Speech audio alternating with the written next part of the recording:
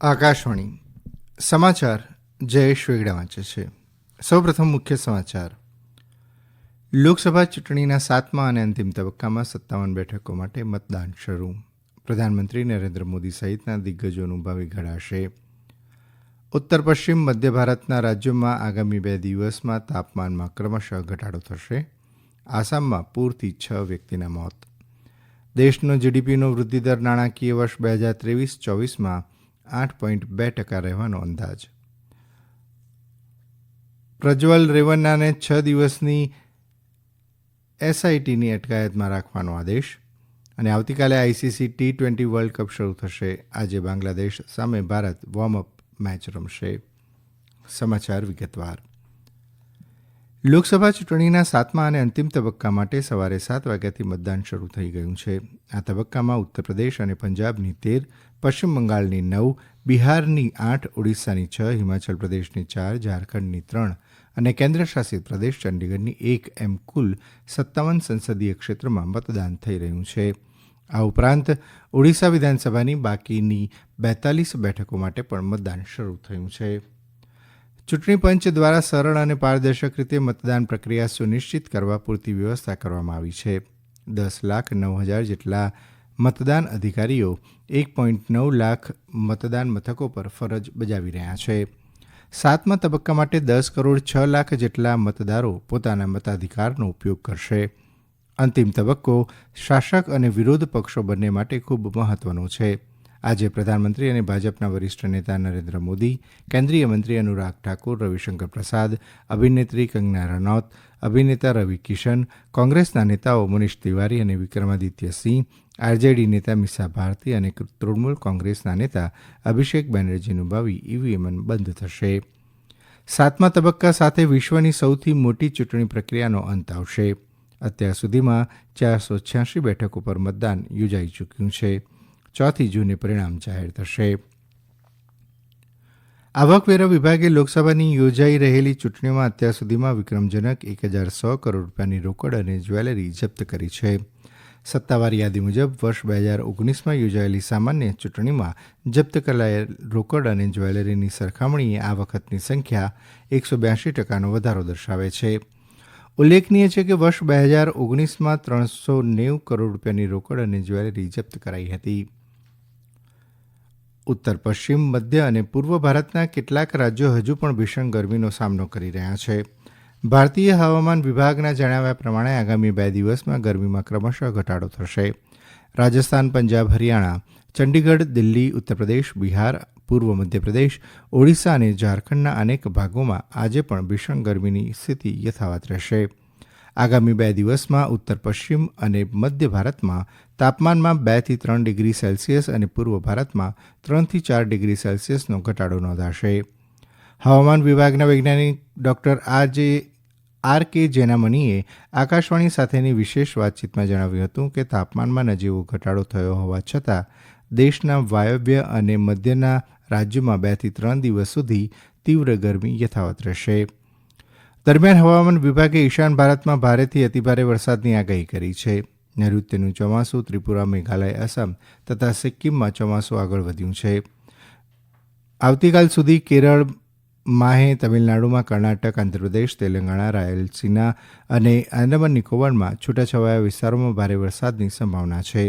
જ્યારે આગામી 5 દિવસમાં જમ્મુ કાશ્મીર, લદ્દાખ, હિમાચલ પ્રદેશ અને ઉત્તરાખંડમાં ગાજવીજ સાથે વરસાદની સંભાવના છે.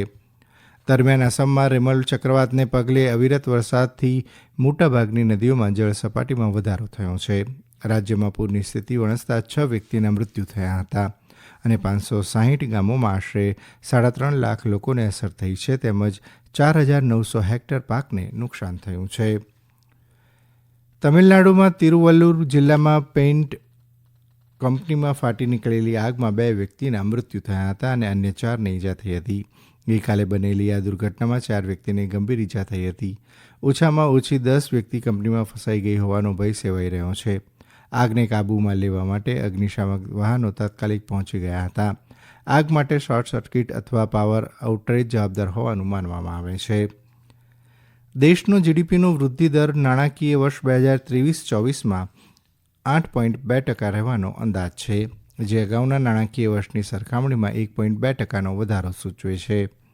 કાર્યક્રમ અમલીકરણ અને આંકડાકીય મંત્રાલયની યાદીમાં જણાવ્યા પ્રમાણે નાણાકીય વર્ષ 2023-24માં જીડીપીનું સ્તર 173 લાખ કરોડ રૂપિયાથી વધુ અંદાજવામાં આવ્યું છે. કેન્દ્રીય નાણામંત્રી નિર્મલા સીતારામણે જણાવ્યું છે કે જીડીપીમાં આ નોંધપાત્ર વૃદ્ધિ વિશ્વના મોટા અર્થતંત્રોમાં સૌથી વધુ છે. પ્રધાનમંત્રી નરેન્દ્ર મોદીએ જણાવ્યું છે કે જીડીપી વૃદ્ધિના આંકડા ભારતીય અર્થતંત્રમાં મજબૂત પ્રગતિ સૂચવે છે. આ રાષ્ટ્રીય સમાચાર આપ આકાશવાણી પરથી સાંભળી રહ્યા છો. આ સમાચાર આપ અમારી YouTube channel AIR news Gujarat પર પણ સાંભળી શકશો. વધુ સમાચાર માટે આપ અમારા ટ્વિટર હેન્ડલ AIR_news_ABADને ફોલો કરી શકો છો. કર્ણાટકના બેંગલુરુની મેટ્રોપોલિટન મેજિસ્ટ્રેટ અદાલતે હસનના સાંસદ પ્રજ્વલ રેવન્નાને 6 દિવસ SITની અટકાયતમાં રાખવાનો આદેશ આપ્યો છે. ઉલ્લેખનીય છે કે પ્રજ્વલ રેવન્ના ગઈકાલે મધરાતે બેંગલુરુ વિમાનમથકે આવી પહોંચતા કર્ણાટક સરકાર દ્વારા યોજાયેલી ખાસ તપાસ ટીમ સીટ દ્વારા રેવન્નાની મહિલાઓની કથિત જાતીય સતામણીના કેસમાં ધરપકડ કરવામાં આવી હતી. ગત 27 એપ્રિલે લોકસભાની બીજા તબક્કાની ચૂંટણી બાદ પ્રજ્વલ રેવન્ના વિદેશ ગયો હતો. અમેરિકન સંરક્ષણ મંત્રી લોઇડ ઓસ્ટિને તાઇવાનની આસપાસ ચીનની પીપલ્સ લિબરેશન આર્મીએ તાજેતરમાં હાથ ધરેલા ઉશ્કેરણીજનક પગલાં અંગે ચિંતા વ્યક્ત કરી છે. તેમણે ગઈકાલે સિંગાપોરમાં સાંગ્રીલા સંવાદ દરમિયાન તેમના ચીનના સમકક્ષ એડમિરલ ડોંગ જૂન સાથેની બેઠક દરમિયાન આ મુદ્દો ઉઠાવ્યો હતો. સાંગ્રીલા સંવાદ એ સંરક્ષણ બાબતો અંગેની વાર્ષિક પરિષદ છે જે સરકારી અધિકારીઓ, ઉદ્યોગ જગતના અગ્રણીઓ અને સલામતી નિષ્ણાતોને પ્રાદેશિક સલામતી અંગેની ચિંતા પર ચર્ચા કરવા માટેનો મંચ પૂરો પાડે છે. અમેરિકન સંરક્ષણ મંત્રીએ પુનરોચ્ચાર કર્યો હતો કે ચીન આક્રમક પગલાં લેવા માટે તાઇવાનને બદલાયેલી રાજકીય પરિસ્થિતિનો લાભ ન લેવો જોઈએ. ઓસ્ટિને એ વાત પર ભાર મૂક્યો હતો કે અમેરિકા તેની દીર્ઘકાલીન એક ચીન નીતિ માટે પ્રતિબદ્ધ છે. તેમણે તાઇવાન સ્ટ્રેઇટમાં શાંતિ અને સ્થિરતાના મહત્વ પર પણ ભાર મૂક્યો હતો. ICC T20 વર્લ્ડ કપનો 2 જૂનથી પ્રારંભ થાય તે અગાઉ આજે ભારતીય ટીમ અમેરિકાને ન્યૂયોર્ક ખાતે નાસાઉ ક્રિકેટ સ્ટેડિયમમાં બાંગ્લાદેશ સામે વોર્મઅપ મેચ રમશે. રોહિત શર્માની આગેવાની હેઠળની 15 સભ્યોની ભારતીય ટીમ આ અભ્યાસ મેચ માટે સજ્જ છે. ભારત છેલ્લા 13 વર્ષથી ICC ટ્રોફી જીતી શક્યું નથી. ગયા વર્ષે ભારતની ધરતી પર રમાયેલા વન ડે વર્લ્ડ કપમાં ફાઇનલમાં ભારત ઓસ્ટ્રેલિયા સામે હાર્યું હતું. ભારત 5 જૂનના રોજ આયર્લેન્ડ સામેની મેચથી T20 વર્લ્ડ કપનો પ્રારંભ કરશે. ભારતના અને વિશ્વ બોક્સિંગ સ્પર્ધામાં કાંસ્ય ચંદ્રક જીતનાર નિશાંત દેવે આ વર્ષે યોજાનારી પેરિસ ઓલિમ્પિક સ્પર્ધા માટે ક્વોલિફાય કર્યું છે. વિશ્વ બોક્સિંગ ક્વોલિફાયર સ્પર્ધાની 71 કિલો વજન જૂથની ક્વાર્ટર ફાઇનલમાં નિશાંત દેવે મોલ્દોવાના વાસિલને 5-0થી પરાજય આપતા તે પેરિસ ઓલિમ્પિક માટે ક્વોલિફાય થયો છે. ઉલ્લેખનીય છે કે આ અગાઉ ભારતની નિખત ઝરીન, લવલીની બોર્ગહેન અને પ્રીતિએ પેરિસ ઓલિમ્પિકમાં ક્વોલિફાય થયા છે. ન્યૂયોર્કની એક અદાલત દ્વારા હશ મની મામલે દોષિત ઠરેલા પૂર્વ રાષ્ટ્રપતિ ડોનાલ્ડ ટ્રમ્પે જણાવ્યું હતું કે તેઓ ચુકાદા સામે અપીલ કરશે. મેહટનમાં ટ્રમ્પ ટાવર લોબી ખાતે તેમણે જણાવ્યું હતું કે રાષ્ટ્રપતિની આગામી ચૂંટણીમાં તેમના પુનરાગમનને રોકવા માટેનો આ એક પ્રયાસ છે. તેમણે ચેતવણી આપી હતી કે રાજકીય પ્રેરિત આ કાર્યવાહીથી કોઈ અમેરિકન સલામત નથી. ઉલ્લેખનીય છે કે રાષ્ટ્રપતિની ચૂંટણી પહેલા પોર્ન સ્ટાર ટોમી ડેનિયલ્સની ચૂપ રહેવા માટે પૈસા આપવા બદલ એ વાત છુપાવવા તેમજ કારોબારી રેકોર્ડમાં હેરાફેરી સહિતના તમામ 34 આરોપોમાં તેમને દોષિત જાહેર કરાયા છે. અંતમાં મુખ્ય સમાચાર ફરી એકવાર.